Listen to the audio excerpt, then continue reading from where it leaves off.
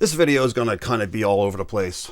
A few of you guys had asked me about a few different things, so we're going to cover a few things first before we go into the wrestlers who had passed away too soon.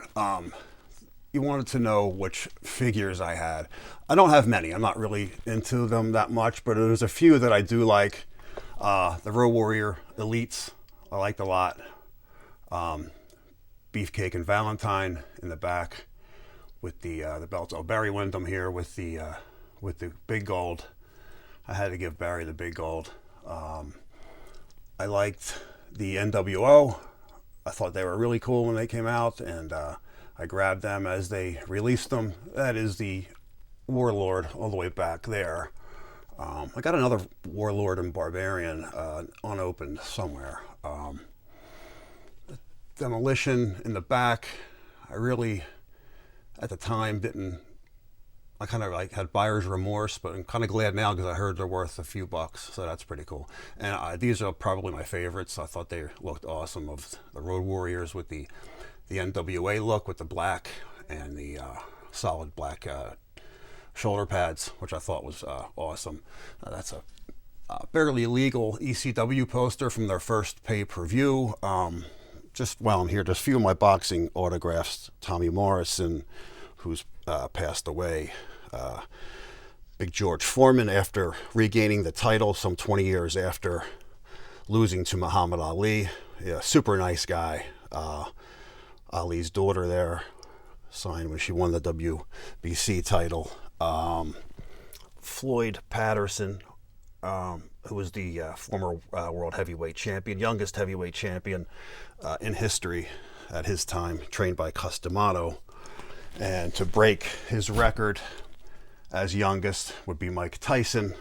And I'm a huge Mike Tyson fan. Everything up here is just every single magazine cover Tyson was on, I have. So it's all right here from his very first. I actually had a couple. I made a few boxing videos, and I went looking for some other magazines and found a shitload of wrestling magazines that I didn't even know that I had, and I completely forgot I had. And I do have Tyson's. I have 2 copies of his very first issue. My dad must have took these and hid them or something, because when I went back home for Thanksgiving, I had to get some Christmas stuff out of their attic, and I found the box. I was like, oh my God, I didn't even know I had these. So I have 2 of that. That's an extremely expensive magazine. That's Mike's very first magazine cover for The Ring. And this is his first Sports Illustrated cover, and that goes for quite a few bucks too. This is a Japanese issue after, I believe he's defending against Holmes in this match for the cover with all 3 belts. It's an 11x17 signed by Mike after winning the WBA title and unifying both the titles. And I had gotten this one signed since I made this is a different magazine. A friend of mine had gotten it signed for me out in California, and got me that over the summer, signed by Mike. And these are just some different issues with Tyson. Got programs in here too from his different matches against Ruddock. I know the glare is going to suck, so forgive me. This is the most incredible figure ever. Extremely expensive. I don't know what it sells for now. It was going in the between $500 and $800 range. They sold out quick. The likeness is incredible. The tattoos, the leather strap. It's a metal plate on the belts. The belts are incredible. They did a fantastic job on that. The leather heavy bag, really cool figure of Tyson. Down here is just some of my other boxing magazines. These are from the 80s. Marvin Hagler, who was my favorite middleweight. Tyson, of course, was my all-time favorite boxer. Nothing's ever going to top that for me. He isn't the greatest boxer of all time. He was just my favorite. Truth being told. I was never a fan of Sugar Ray, and I became a fan of his as I got matured and understood the sport of boxing a little bit more, and seeing the accomplishments that this guy's done, like taking the title. This is a signed cover of an African World Boxing issue. Comes from Africa. He beat Donnie Lalonde comes out of retirement to take on Donnie Lalonde and takes his title from him. And this is also signed by Donnie as well. Just some shots. There's Spinks after beating Muhammad Ali. And just some boxing. And under here is 60s and 70s international boxing and world boxing. A lot of these are signed too. This is signed by Larry Holmes. That's signed by Michael Spinks and Holmes. Great shot of Sonny Liston there. Wow. This is also signed by Leon Spinks after he beat Muhammad Ali. Just some cool old boxing. Now, you guys had asked me about what to do with magazines that smell musky or have a bad odor to them. All right, now I don't have a cooler anymore. This is going to use your imagination. This is a cooler, okay? You know, the big picnic-sized coolers. You open the lid and you get basic baking soda. And you sprinkle it in. I'm not going to do the whole thing, but fill it up. Use the whole thing and just flatten it all out. And then have as many magazines as you can fit in there, as many of the ones that have a bad smell to them, because sometimes it's mold or it's from, the attic or somebody who smoked. Some magazines are pretty shitty. So baking soda sucks the smell right out of them. It's an incredible trick, and a lot of people don't know about it. So I thought I'd help you guys out. A few of you guys had asked me, how do I stack them? How do I bag and board them? This and that. And they asked about the smell. So line the bottom with baking soda, put your magazines in on top. So I'll just throw this in there and close the lid. And that's it. Now you got to be patient and wait. Give it 3 or 4 days. Don't open the lid. Just leave it shut and come back in 3 or 4 days. Smell should be completely gone. If not, 95%. It's a great trick and it works really good. So hopefully I helped you out with that. I'm getting ready to tear everything apart. So kind of just been brainstorming some different things to put up. I have gotten some new stuff and I like to change it a lot. So I get bored of the same look, There's never enough magazines to, you can't show them all at one time. So there's never enough space to show everything. So the way I kind of set it up was how I can just change whatever one I want. Like, I'm sick and tired of looking at this one. So now I'll look at that one for a while. I'll just change the fronts and just, gives me a different look. But I got some new shelving and I'm going to be doing some different stuff pretty soon. So I'm going to be changing it. If you guys, we're getting a lot of new people, which is, it's kind of crazy. We're getting like thousands of views and it's pretty wild. I was not expecting anything like that. So anyone who's new, who hasn't checked out the other 89 videos that we did, 89, I can't believe it. Go back and check them out. You'll see it, in-depth look at my collection. This is just some posters, and these are, what do you call it? Newspaper magazines, these two. So I need to do something with these. I have a bunch of these I want to put someplace. These are my Mexican issues. I want to do something with them. Some of my boxing. I know the glare is terrible. That's the new Luthez figure. And I'm going to be doing some things check this out. Custom made superstar Billy Graham figure. The glare sucks. But reenacting him from the championship wrestling from Florida days when he was the Florida champion. Person did a fantastic job on that. I was like, damn, man, I'll take that. So it kind of goes with this magazine here that's signed by Superstar. So I'm going to get that sucker somewhere. They did an awesome job on that. Horrible, horrible look, but it's so horrible that it's awesome. I don't know. These are just some shots shot by Gary Mancuso with the Sheik and Sheik and Bobo Brazil. This is all my Sheik stuff up top. That's fucking glare, man.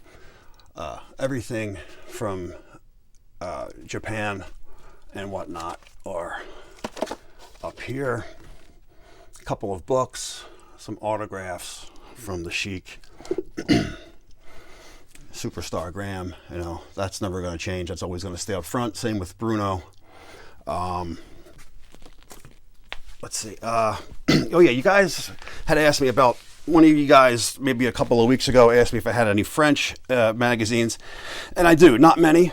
So I'll show a couple of the French, and I'll show a handful of my Egyptian, Lebanese magazines, which are really cool. This is a box of loot, and it's boxing and wrestling. This is from 1975, and it's got the Rougeau on the front cover. This is La Lutte. This is which just means the fight, or the wrestling, or combat. Lutte could be, you know, meant a couple different ways. Struggle, but La Lutte is, you know, the wrestling, or the book of wrestling, with Rick Martel on the cover with Stan Hansen from 85 or 86. I can't find the date on it, but somewhere around there. Another one with Raymond Rougeau and Abdullah the Butcher.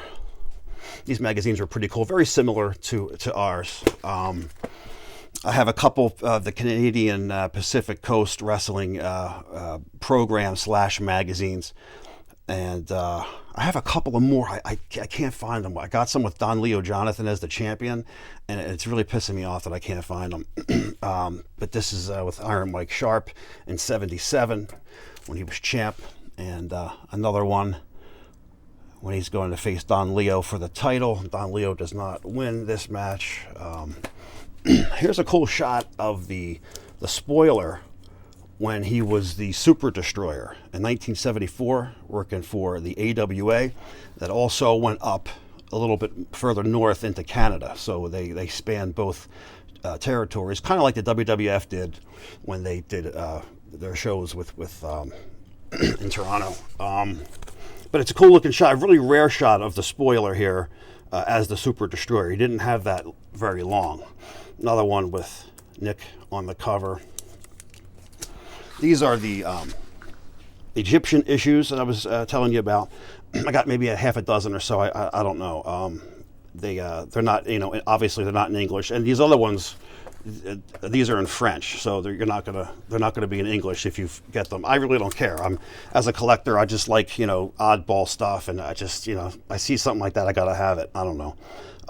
This has got Koloff on the cover. Another good shot with Rotundo and Dory Funk Jr. Macho Man when he won the Intercontinental title.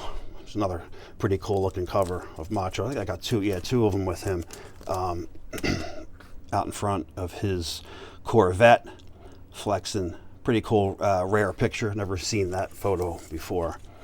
1980 or 81 when Dusty took the title.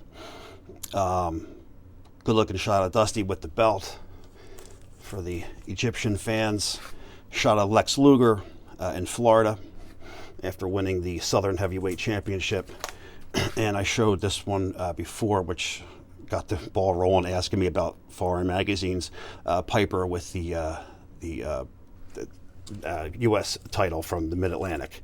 I got a couple more that I'm going to show in the video when I start showing the wrestlers who passed away.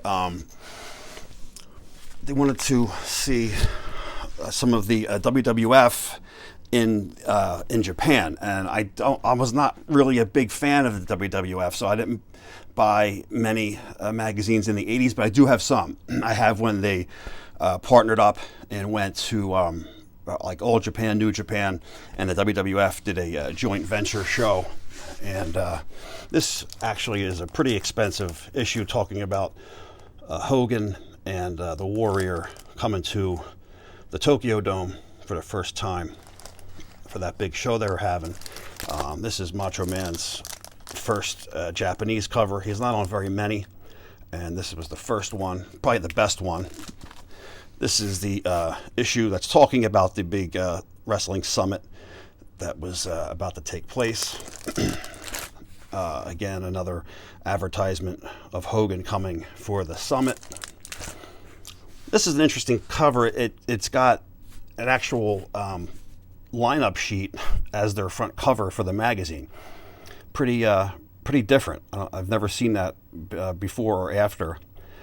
But the matches have changed. Hogan was no longer the world champion, and Terry Gordy refused to do the job to Hogan.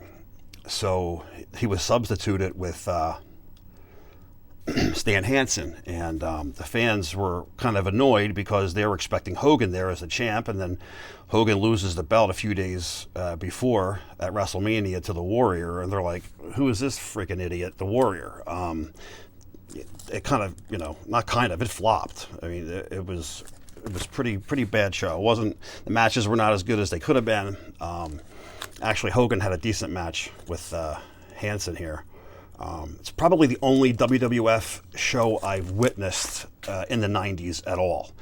I never watched anything like, how I feel about McMahon and the WWF, but I watched plenty of Japan wrestling, just not as the WWF ventured over there. But here's a rare cover of when Flair was the WWF champion, and they were going to do a battle with Tenryu at the promotion called War, and trying to get the glare out of there, but Flair being on the cover with the WWF belt, pretty rare shot of him on a cover. And the build-up, and it wasn't much, but the coverage to WrestleMania was covered quite a bit in the Japanese magazines, and this was probably your best looking issue for the WWF being featured on Japanese magazines. So there is those couple things. I'm trying to remember if I'm forgetting anything or not. These are just my extreme hardcore stuff, ECW magazines, FMW magazines. Cool looking shot of the Sheik. Sheik had a great feud with Onita. I showed a couple of these before. This is signed by Onita. Here's the Sheik taking Onita's title of FMW WWA World Championship in Japan in a barbed wire match. And the infamous fire match. This is a magazine called Weekly Fight, which comes in a newspaper size, huge magazine.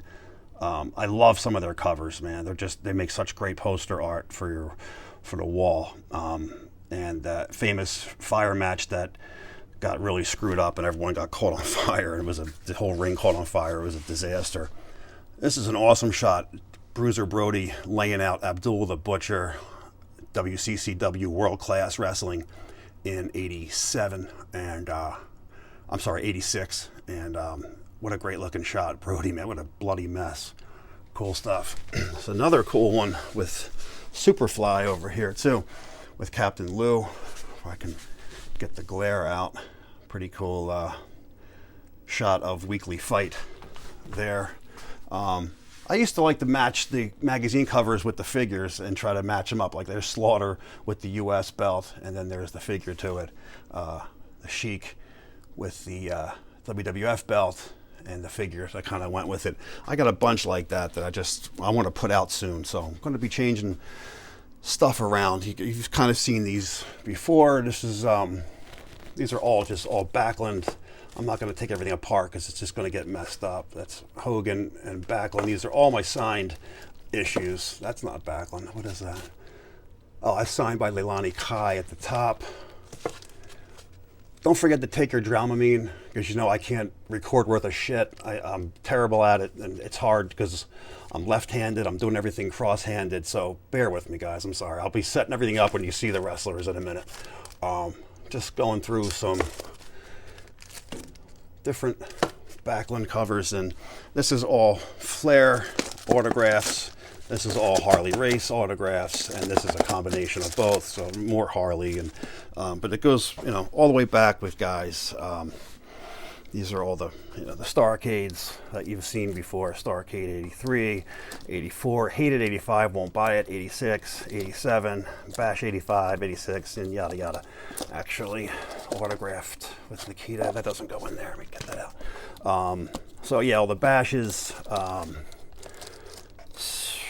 AWA, Flair and Martel battle. That was covered on a lot of the magazines in Japan.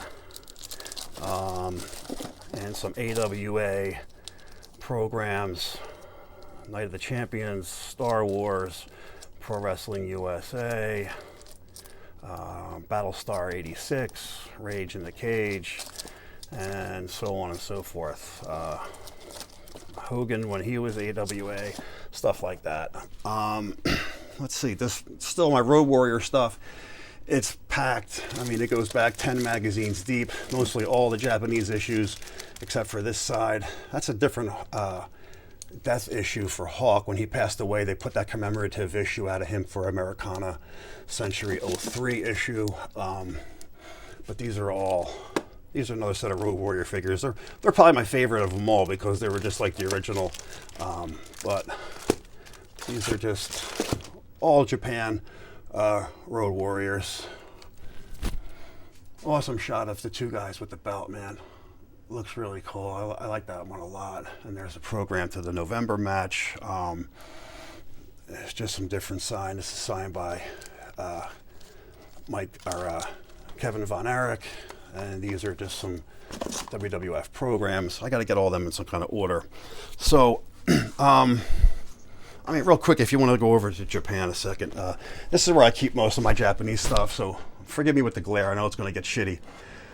But I try to get everything, but it's like down here is all, up top is all 60s, which there wasn't very many 60s. And again, these aren't just one. There's, they're stacks. There's like 10 of them back there. And then there's like another 40 on each row here, all from the 70s. Antonio Inoki with the title. There's a bunch of these programs in here. Harley Race. Another one, him and Andre. And it just keeps going. Got so much shit. This is all actually from these two back. This is all IWGP, so it's every IWGP champion to be on a cover with the IWGP belt. This was the WWF invasion of IWGP versus WWF, and then it just goes for, these are the tournament days, and then it goes to the present day all the way up to the champion today. These are just some 1980 WWF. From 80 to 80, like say 4, I kind of cut it off with the Gong issues. So this is where I kind of keep these. I won't go through all of them, but just get a look at a couple. Mascaras and Steamboat. So you get the idea. An original meal figure from Japan. Here's a new Bruiser Brody figure that came out from Powertown. They really knocked it out of the park with that one. This little guy here was the Japanese Brody that was out for quite some time. That's expensive also. But this one comes with a chain with a bloody forehead and the 2x4 commemorative Andre the Giant when he won the IWA title for Japan. I can't see, it's tough up there, but it's my buddy Rogers' small magazine. So this is all the Rogers when he won the U.S. title and the world title. Honestly, don't really go over here much. I got to do all this too. I got to find a place for all these. This is actually a pretty cool book, Pro Wrestling USA, for any AWA fans out there. It's just tells you, who the wrestlers are and what their techniques are, where they're from, and, their finishing move, that kind of stuff. So it's more of like a book, but it's pretty cool. I haven't seen one of them in years, but so this is mostly my Olympic Auditorium newspaper type thing, so nothing that's really that great. A couple of belts, not many, just the IWGPs, and I do have a couple boxing belts too. I wanted to fix this. I have another belt that I wanted to put out, which I will, and I have the Ali and Frazier fight programs from the first 2 fights, so I wanted to get those guys out too. So this is mostly my Olympic Auditorium newspaper type thing, so nothing that's really that great. A couple of belts, just the IWGPs, and I do have a couple boxing belts too. I want to fix this. I have another belt that I wanted to put out, which I will, and I have the Ali and Frazier fight programs from the first 2 fights, so I wanted to get those guys out too. But okay, I don't see anything that I'm missing. I think I got everything. All right, so let's take a look at some wrestlers who passed away way before their time. And I'm only picking 6. And I, don't get butthurt about it, because, I can make a video. I could make like 10 of them, because there's so many guys who died too young. But I just picked 6 for now. And of course, there'll be more as I do more volumes. So I just went with the first couple that, more or less my favorite kind of wrestlers first, and then we'll add in other guys as we go on. So here's a program from 1977. Ivan Koloff. Sorry, my cat is over here backing at me. Ivan Koloff wins the Florida Tag Team Championship with Mr. Saito. That's not who we're looking at. We're going to look all the way at the bottom to Mr. Keith Franks. And for people who know who Keith Franks is, you're ahead of the curve. Not many do. But that's his first mention of Keith Franks in 1977. The first picture we get in an article of Mr. Franks would soon be called Adrian Adonis. And here is your first look at Adrian Adonis in 1977 when he went by the name Keith Franks. It says Keith Franks right here. And he's got quite a different look. Got the stars and stripes on the jacket, and kind of frosted hair on the outside and dark roots. Keith Franks would soon turn into Adrian Adonis. This is July's issue of Gong 1977. If you can find that issue, that's where you'll find the picture for anyone who's interested in Adrian's career and collecting. He would go on to form a tag team in the AWA with Jesse Ventura, and here's his first couple. I'm not saying this is his first. This first of probably many covers from these major league issues, with an appearance on the cover with Jesse. They would go on to become the tag team champions in the AWA. And here's your shot of those two with the belts. They're on no major magazine coverage with the titles, so you have to go to these smaller and somewhat independent magazines to find it. So now making his first full cover, I should say first posed cover with Jesse, and they're talking about coming to the WWF, and they're both managed by Freddie Blassie. Good poster in here with Nick Bockwinkel with the AWA belt also. This is June's PWI issue.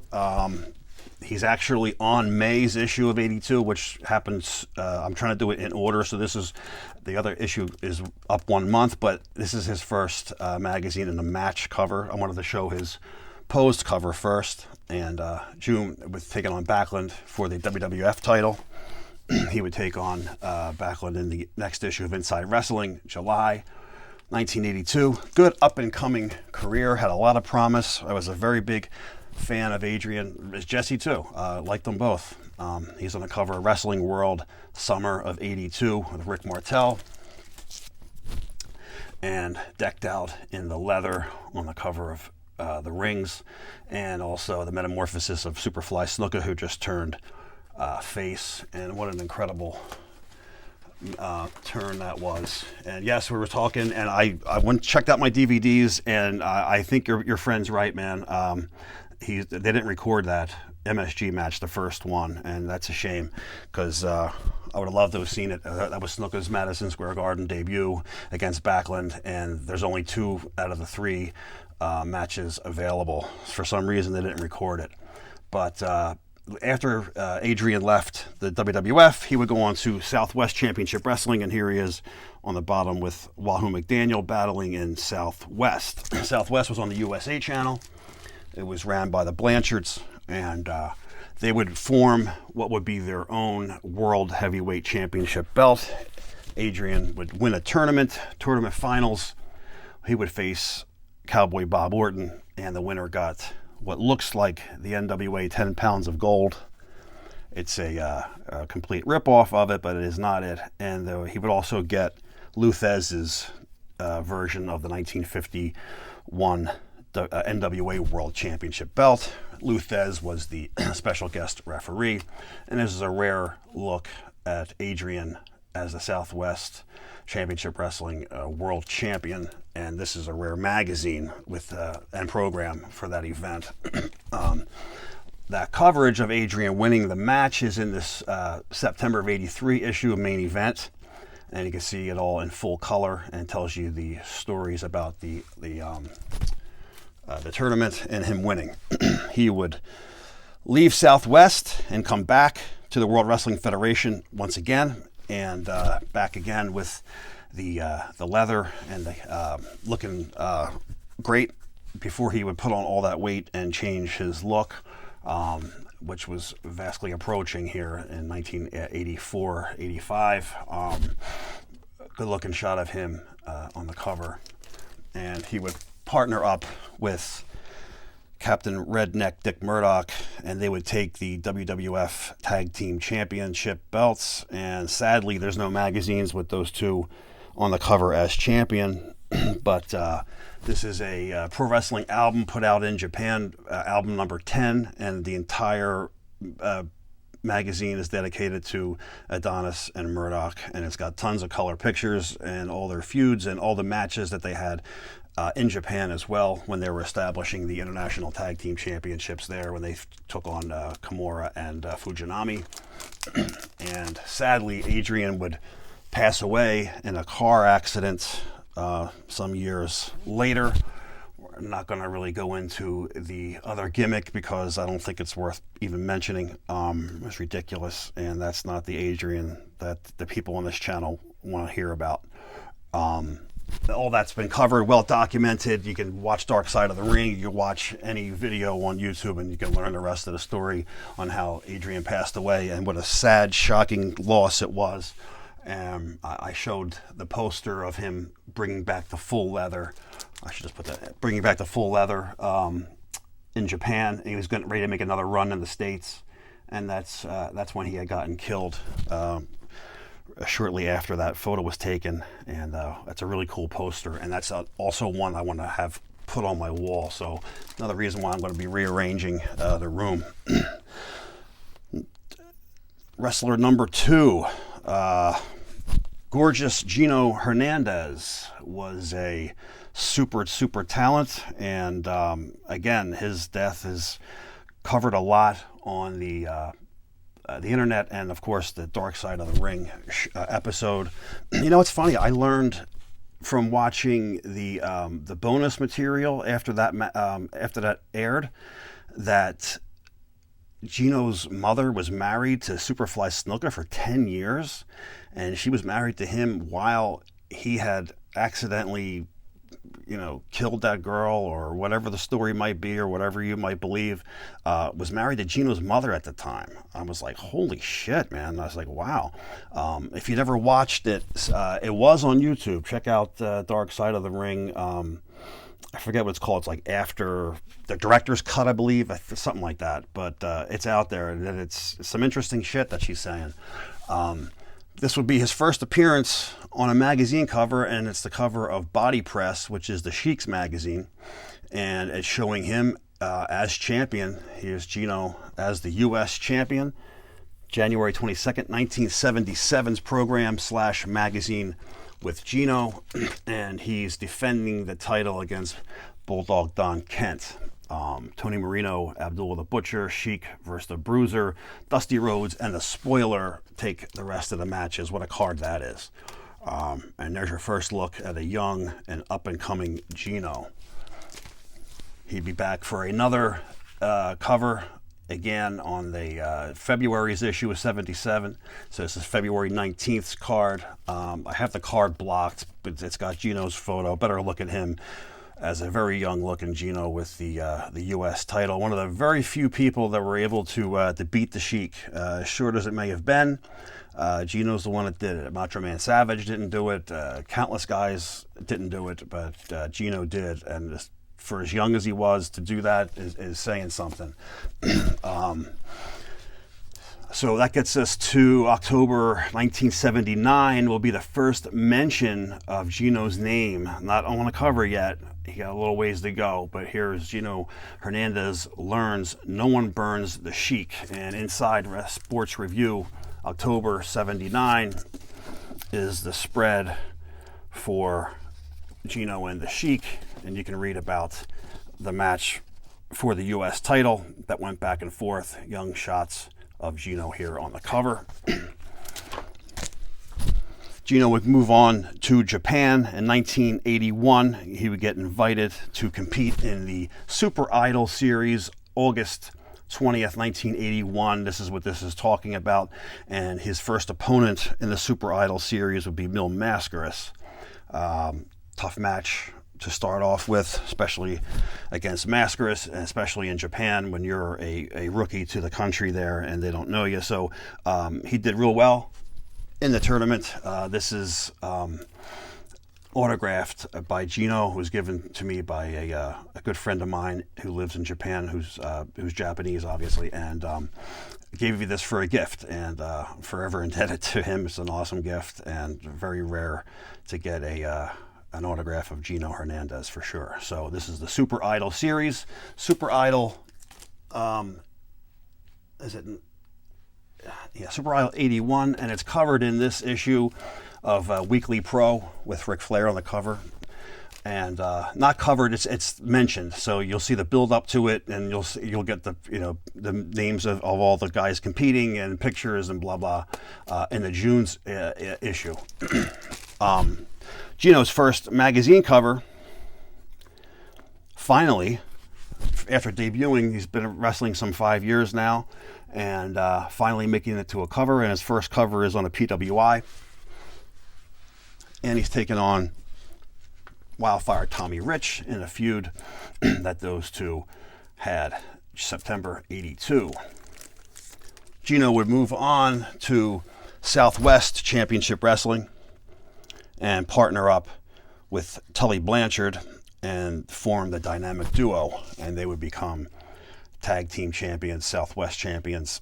And the same company Adrian Adonis was just world champion in. We've seen the program to that. The same company here working down in Texas as the Dynamic Duo, which would have been a great team. He would have been a great horseman. It would have been something, but he didn't want no part of it, which he, I guess, was offered to come to the Crockett territory and just was happy partying and doing his thing in Texas. And that's what it's all about, right? Being happy. Whatever makes you happy is the most important thing. Money's not everything. Gino and Tully have a falling out. Surprise, surprise. And they would start feuding with each other. Gino, and that feud is mentioned in this August 83's issue. Gino would turn babyface now, first time since leaving the Sheik's territory, as he would be a face. And here's his first posed cover on the cover of Rings, July of 83's issue number 98. So, early shot of Gino, and it's only his second cover that he's making his appearance on, 1983. Didn't really get a whole lot of coverage early on, and his career doesn't last too much longer, sadly. Here he is on the cover of Ringside, now in World Class Championship Wrestling, and he'd be battling with the Von Erichs, and good shot of him and Kevin Von Erich. All the way at the top corner, Gino is on the cover with his Perfect 10 baby doll, long before Tully Blanchard had baby doll. Gino had her, and Gino here as the Texas world-class heavyweight champion and the American heavyweight champion on the cover here of February of 85. Sports Review, Superstar Graham and Kevin Sullivan in Florida get the full mag cover. Going back to another one of Egyptian issues. Great shot of Gino on the cover with the World Class Heavyweight Championship belt. And it goes on to talk about him as champion inside 1984, late 84 issue. Great looking shot, rare magazine, tough one to find. And lucky I was able to find one. I didn't find it, a friend found me one from over there. May of 1985. Now he's moving up the ladder quite well. He's on the Championship Wrestling issue, May of 85, taking on Ric Flair, and starting to become more and more popular as the months tick away. While in World Class, he forms another dynamic duo with Chris Adams. Chris Adams is another guy who passed away way too soon. He'll probably be covered in one of the other coming up videos. But a good shot with Gino as the Texas Heavyweight Champion. Chris Adams is the American Champion. And they are also the Tag Team Champions. I think, now that I think about that, I think there's a poster here. Let me take a look. This was a hard issue to find at one time. I don't know if it still is. If you do, make sure it's got a poster in it. If this is the one that has the poster, it might not. I might be wasting your time. Hold on. These pages are... I haven't opened this magazine in years. Here it is. Yep, here they are, is World Class Tag Team Champions, and with the belts, kind of look like the 10 pounds of gold there. Pretty cool. Tag Team Champions. I don't know what the other posters are. I think it's Bruiser Brody and Flair and Dusty on the back. But anyway, this issue of January 1986, Gino on the cover, and I believe that would be his last magazine cover. He'd be inside a couple of issues. April of 86, Gino and Chris Adams have put their hair on the line when they take on the Von Erichs, and they end up losing the match and had to shave their heads. So there's no way those two egomaniacs are going to be seen in public with their heads shaved, so they start wearing the mask. Rare looking shot of Gino with the mask on over here. And it goes on for a few pages inside. Actually, I can show the whole thing because I'm in widescreen here. Good looking shots of them and the Von Erichs battling in World Class. And this, again, if you're trying to find this, it's April 86 PWI with Wendy on the cover. Hulkamania is dead.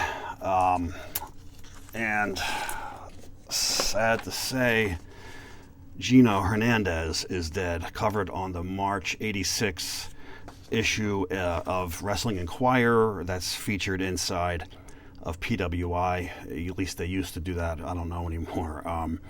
But it's just it tells you about when he started and where he's been, and suddenly had passed away. Made his debut in '75. Yada yada. First mention of his passing is in this issue with the Hulkster on the cover. Wrestling 86 also makes mention to it. He just had a falling out with Chris Adams, and those two split up, and they started their war, and they did the angle where they blinded Chris, and he's really playing it up well. Everywhere he went, he left both eyes were patched up and was being escorted around, and during this is when he passed away. So this is also mentioning Gino had just passed away at his home, and this is covering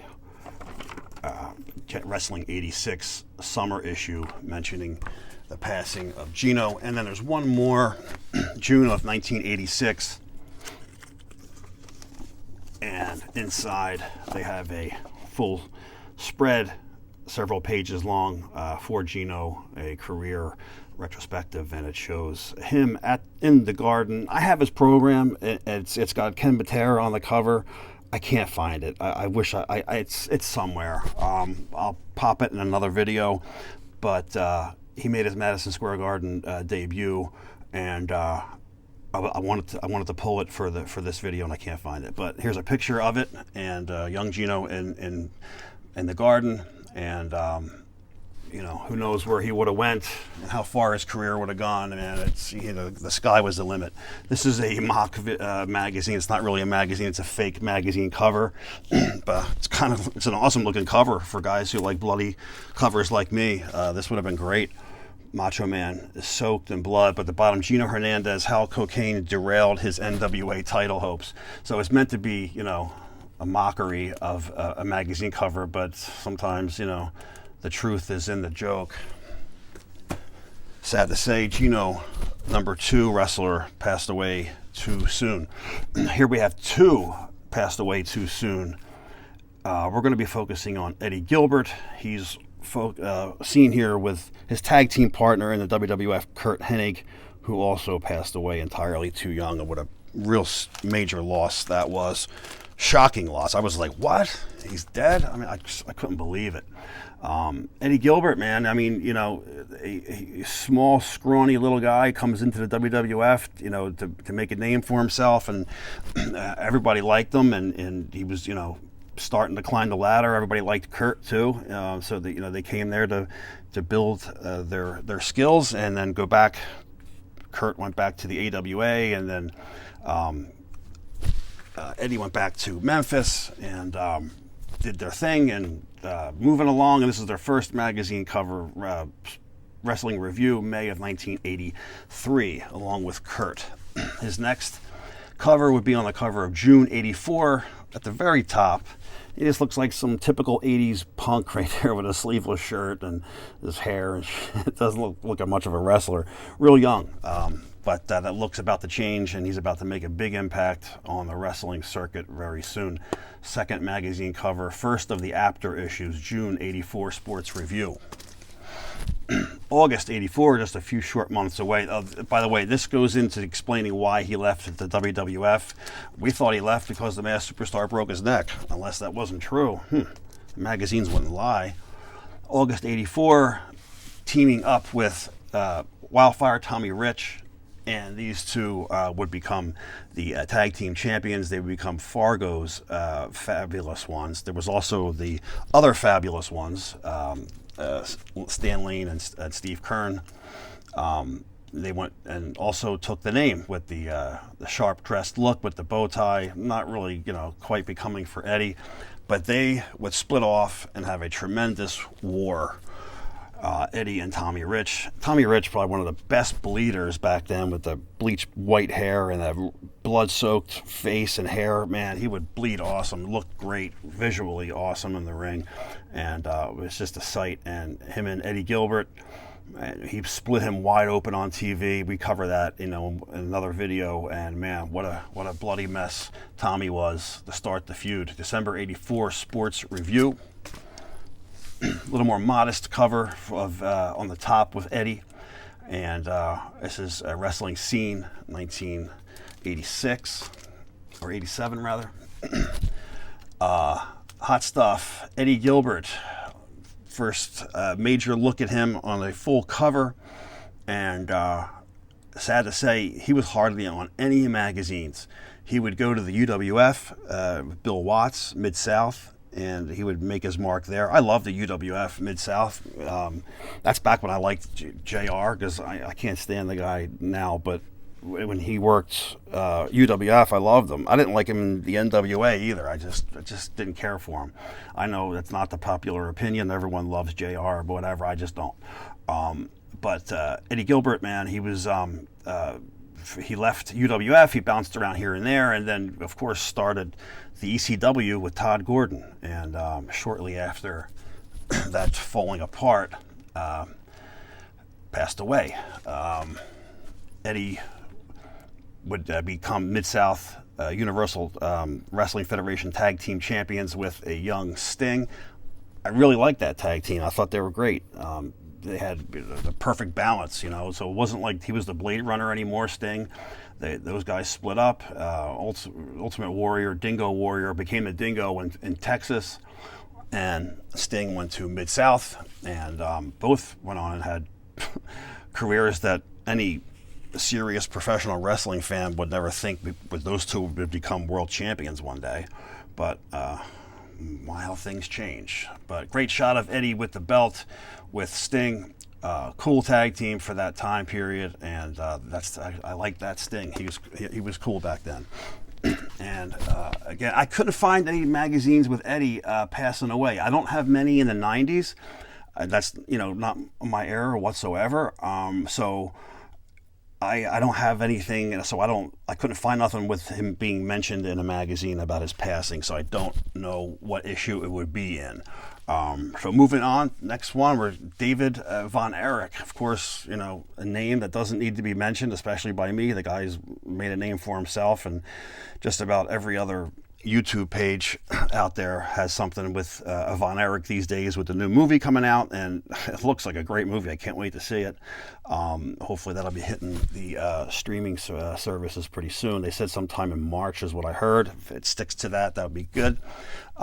I have a full coverage with David in the Von Erich video, Rise of the Von Erichs. If you want to learn more about David and the magazines that he was on, check out that video. I can put a link in the description if you want, or just look back and just type in Von Erichs, Rise of the Von Erichs, you'll find it. All the Rise ofs are columned into one section now, so you can watch them all together in one, instead of having to search for them. They'll come up one after the other if you start watching them. But here he is with Terry Funk on probably his first cover. I show a different one. I try to show different stuff as much as I can for you guys. Some of the guys who've been with me since day one are going to see some of my stuff repeating, and there's only so many things that there are to show. But for newer people who are coming on that haven't seen these things, it's good, as a refresher for anybody who forgot. But I didn't show this before, so this is I kept this one off because it was not really a great picture of David. But this is really his first cover, Spring '79, big book of picture book wrestling. He'd be on the yearbook 79, taking on Greg Valentine. And we're going to just go through these kind of quick because we have a full video of David already. And everyone knew, he was NWA champion bound. You could see it, how he's climbing in the ranks in the magazines, and they start featuring him more. He gets pinfalls over Flair. He gets pinfalls over Harley Race, who were the champions at the time. So you knew he was being groomed for that spot. And in the summer of 1980, taking on Harley Race here at the Slaughter in St. Louis. And great night of matches that was. We cover all that in the Von Erich video. Kevin wins the Missouri title that night. David Von Erich, January of '84, gets his first full posed cover in the After Mags Inside Wrestling. David taking on Ric Flair and winning Ric Flair's Missouri title, February of '84. Match took place in '83. Got the claw hold on a bloody Flair and takes the belt from Ric. And summer of '82. Actually, I'm out of order here. This should have been up closer. David takes a break from Texas and jumps over to Florida, and he would make a heel turn in Florida and take the Southern Heavyweight Championship in Florida when he was down there. '83, Freebirds and the Von Erich War, of course, that's another thing that doesn't need to be mentioned. That's documented everywhere, and good coverage of this and why one of the Von Erichs, Kerry wants to leave and he wants to focus more on becoming the NWA World Champion. Not many, as long as and big as that feud was, not very many magazines covered it, and it was pretty shocking because it was huge. And this is one of the better ones that cover it. It's also got the Sheik getting beat up by the Outlaws, Dusty and Dick Murdoch. And sadly, once again, another wrestler passes away for one too many times. It's just you get tired of seeing it, you get tired of reading about it, and it's just, but this was shocking. I mean, like I said, I remember watching it on TV, and they had the 10 bell salute on All Star Wrestling for the WWF, and I'm like, wow, they actually mentioned another wrestler in another company. They never do that, and that's how big it was, and that's how impacted he was, and it's a huge loss. And David on the cover, June '84, with the Texas State Heavyweight Championship belt. David in Japan winning the United National Heavyweight Championship, NWA United National Heavyweight Championship, and this is also well documented in a number one of our videos of David's death and his funeral, And all of that is covered in this issue. Yes, actual photos of him in the casket and at the funeral and everything. Tough magazine to find, and check out the Von Erich video and a couple other ones where I show the pages inside of that. Probably one of the most, I don't know what you'd call a guy. I mean, it's well documented he was a heavy drug user, but he was probably also, three-quarter psychotic. Mad Dog Buzz Sawyer. You can probably pull up any video and watch, listen to people talk about what a complete nut job this dude was. He was as huge as Bruiser Brody in his attitude, but he stood as tall as the smallest guy. I mean, he was not a big dude at all, but he acted like a maniac, and he carried himself with a lot of confidence, and was stiff and hard, and beat people up, and wrestled hard, and partied hard, and was an asshole a lot from what they say, and got into a fight with McMahon, and McMahon threw him out of the WWF. I heard it was some kind of physical confrontation. I don't know what, but I liked them just hearing that. I was like, oh, cool, man. But he had some great wars with Tommy Rich. That would probably be what he was best known for, and in the Georgia territory in 1983, and great looking cover of Buzz with Tommy Rich. This is autographed by Kevin Sullivan. He signed it right over Rich's face, but good looking shot of Buzz. That feud would continue. Every major magazine would cover it. Most of the posters would be full color, and they would always be their bloody shots of those two, Rich and Sawyer. It would end in the last Battle of Atlanta, which would be the Hell in the Cell, is what the teeny boppers call it today. Back in '84, it was a death match. No one got in, no one got out, and there used to be footage of it. I have it on DVD, but there was footage of it on YouTube years ago with silent, no announcer, which I like that a lot. Sometimes I like watching a match, only hearing the crowd's reaction, and not listening to someone run their mouth. But it's pretty cool, and it's just one camera, single camera shoot, and no audio. If you can check it out, check it out. He'd be on the cover of a Japanese issue, taking on the Road Warriors in the Georgia territory again in '84. This is Pro Wrestling's USA Best '84, and also got Kerry winning the NWA World title, Billy Jack with the Florida title, and Kerry took the title in David's place. Buzz, brother Brett Wayne Sawyer on the corner, February of 1984, and Abdullah the Butcher and Dusty Rhodes get the full main shot on the cover. Buzz would be on a series of bloody magazines with Wrestling Scene. This is March's issue against Abdullah the Butcher, and another great bloody shot. For leaving Georgia, he would be summoned by the devil himself, Kevin Sullivan. Actually, I'm not sure if he was the devil at this point. He may have been. He brings in the Mad Dog and walking him like a dog on a leash on this cover of August '84. Jake the Snake Roberts and Ronnie Garvin get the full cover of The Wrestler. And he's brought in with Kevin Sullivan, and he's taken on Mike Graham and the Graham family in Florida Championship Wrestling, and it looks like a chain match, and Buzz getting busted wide open with the chain. So, Buzz Sawyer, I believe it was a drug overdose, is what I remember hearing, which killed Buzz, and it's a shame. I remember him in the WWF for definitely one, maybe two matches on TV, and he was gone. Worked a couple of local towns, and that was it. Didn't stay around. Like I said, some kind of physical altercation took place with McMahon, and Buzz was on his way out. And Buzz passed away way too young. He had a lot of wrestling, he had a lot of charisma, and he certainly would have gotten people and fill up arenas with his wild maniac antics. You can listen to any number of stories from people in shoot interviews, and they'll tell you all day long how nuts he was. Legitimately nuts. Which brings us around to Bruiser Brody. And again, covered Bruiser Brody really good in the rise of the Bruiser Brody video. But here I'm going to focus a little bit more on his WWF run, which isn't talked about too much. And before his WWF run, he was Frank Goodish, and he was tag team partners with Stan Hansen.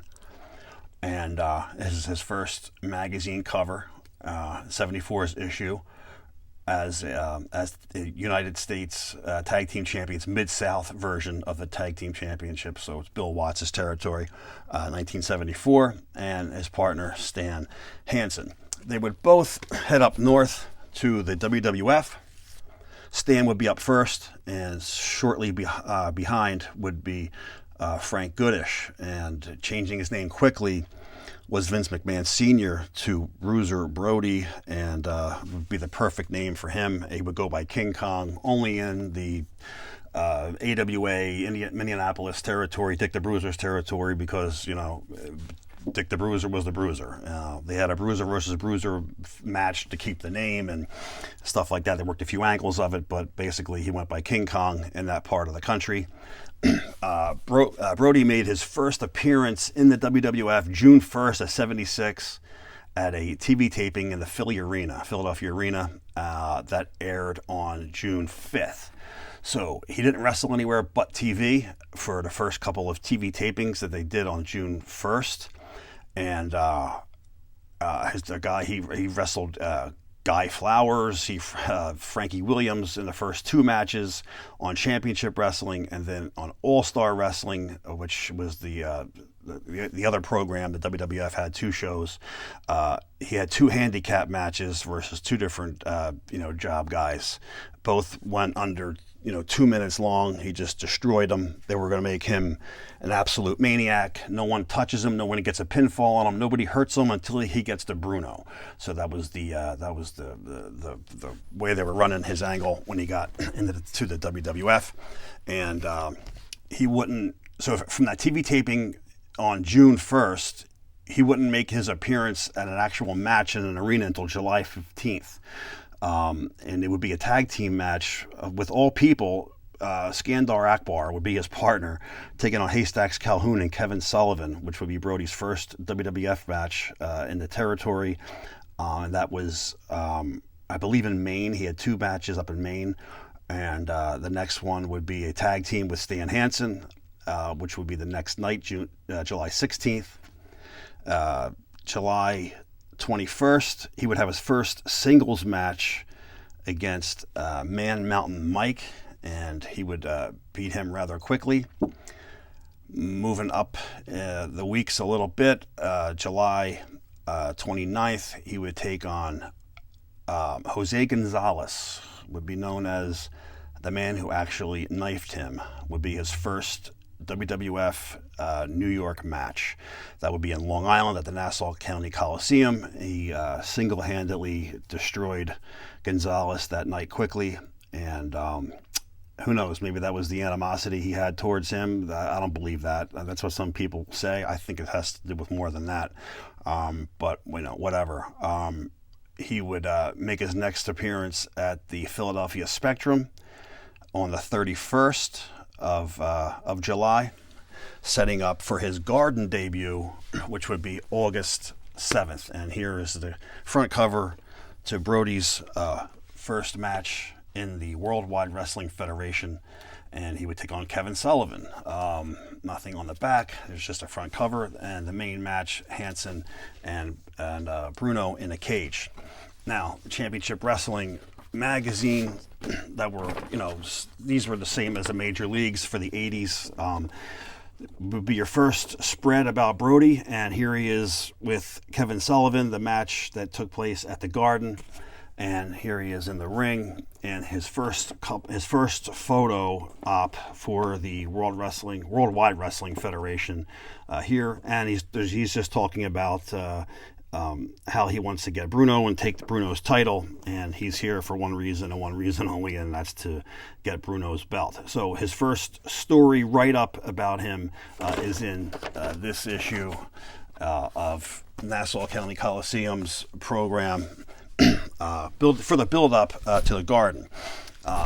One of you guys had asked me about newspaper clippings, and I said, yes, I've got a whole bunch. I just pulled a couple out. There's just, some of them aren't really nothing to really show, but I figured, this one definitely would be.